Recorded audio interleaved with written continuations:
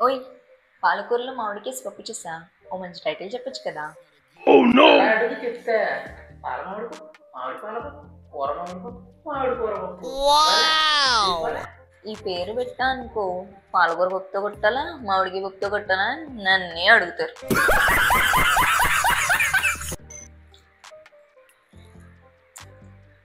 పేరు ఏదైతే ఏంటి కానీ టేస్ట్ మాత్రం పుల్లగా భలే ఉంది. పుల్లగా భలే ఉంది. సిద్ధం వచ్చింది.